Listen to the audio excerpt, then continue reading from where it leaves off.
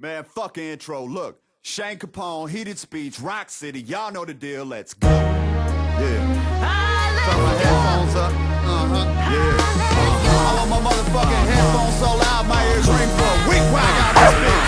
Come on. Guess who's back? That motherfucker you ain't seen in a minute. I brought heat, now y'all seem to be timid. That's what I'm saying. Look, stop playing. The shots will start spraying with the standings where you about to be laying. Guess who's back? That white boy with the furious flow. I'm on that route to that serious dough. Yeah, I keep it moving. Man, these streets say that I'm ahead of myself. I'm like, nah, I'm just headed for wealth. Guess who's back? Just give me room so I can muscle some dough. I'm like Terrence, I just hustle and flow. That's what I do. Yeah, Detroit's #1 grimy MC. I'm about the realest you gon' find in the D. Guess who's back? Just face facts, you can't see me with bars. Only thing you might see is some stars. So keep walking. Look, you want it raw, man, I'll move you some packs. You want war, you need an army for that.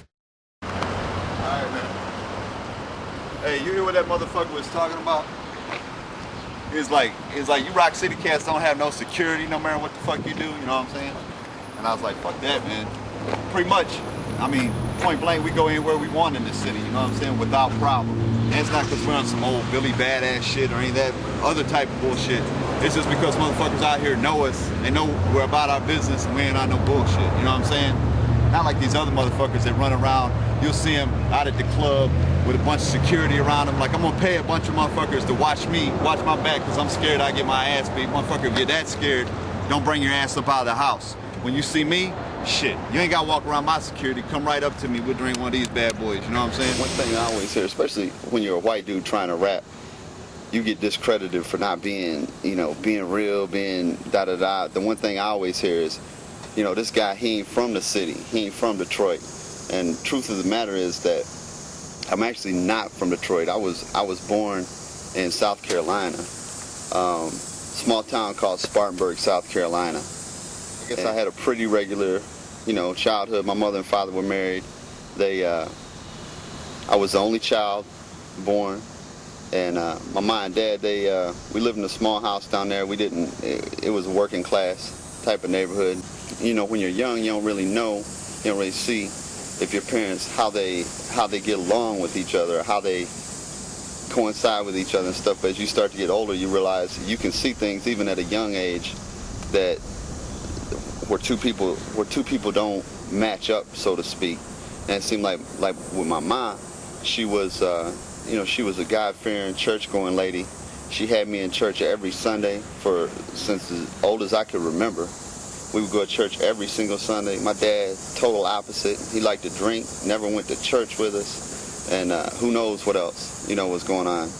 Because you don't know that much stuff when you're a kid. But I knew that my mom and dad were two opposite people. They seemed like they weren't on the same page ever. And my dad, you know, I'd seen him be abusive a few times to my mother. I see him hit my mother right in the face. You know, one time, in particular, I remember riding in the car and just seeing him reach back and smack her in the face, and, you know, that kind of just bullshit.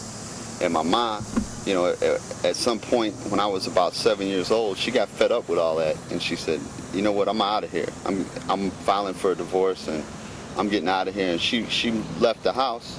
She got her own place and everything like that. And my dad was like, you ain't taking my son, you know what I'm saying? You ain't taking my son. He's staying here with me. And she was like, well, whatever. When we get divorced, I'll get custody. So, you know, they weren't real cool on all that. I think my father, I think he was on some old, you know, if I can't have you, nobody else can type bullshit. And after my mom left the house, she worked a night job.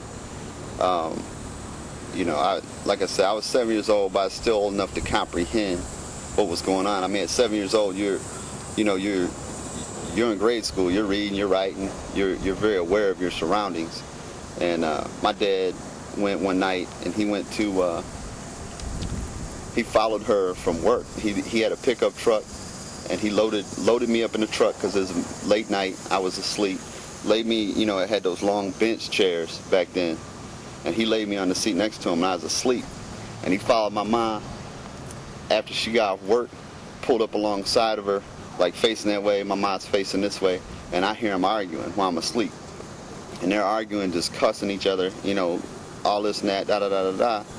And I wake up, just as I'm starting to wake up, I see my dad throw a shotgun out the window and let it off, man.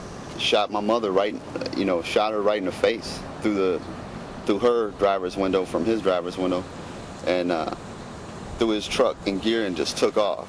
And I started crying because I raised up just as he did it and saw it. And it was one of those things, I think, with me screaming and crying, his conscience kicked in, and he was kind of like, what did I just do type of shit, And he turned around, because he was just going to leave her, and he turned around and went back, picked up my mother, threw her in the truck in the middle of us, and took her to the hospital. And that was, the ride to the hospital, that is one of the most traumatic things I've ever seen in my life. If you've never seen somebody shot, especially your own mother, I was screaming and crying. I mean, I'm 7 years old, and you see your mother, bloody face, blew open, everything else. And the whole time I'm crying, and the only thing my mom could think to do was reach over and hold my hand and say, I'm going to be okay. I'm going to be okay. And that was it was just some other shit, man. It's one of those things that you remember every second of that for the rest of your life, and you will never, never, ever forget it. You know what I'm saying? But after that, my mom went to the hospital, and that night the police came. My dad dropped her at the hospital and left, like whatever.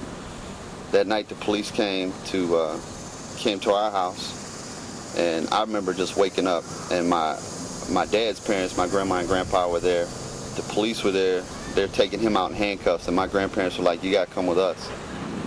So they took off, and it was a real fucked up situation, because my mom, she was in a coma for a few weeks after all that stuff happened. She had like traumatic head trauma, or whatever you want to call it, and she was in and out of surgery. She was in a coma for a few weeks, and when you're 7 years old, like I said, you still kind of got an idea of what's going on. And my dad was in jail, so I kind of was like, damn, well, who am I going to be with? Is my mom? I didn't even know if my mom was going to die or live or whatever. I knew my dad was in jail. I thought I was going to be, in a foster home or something like that.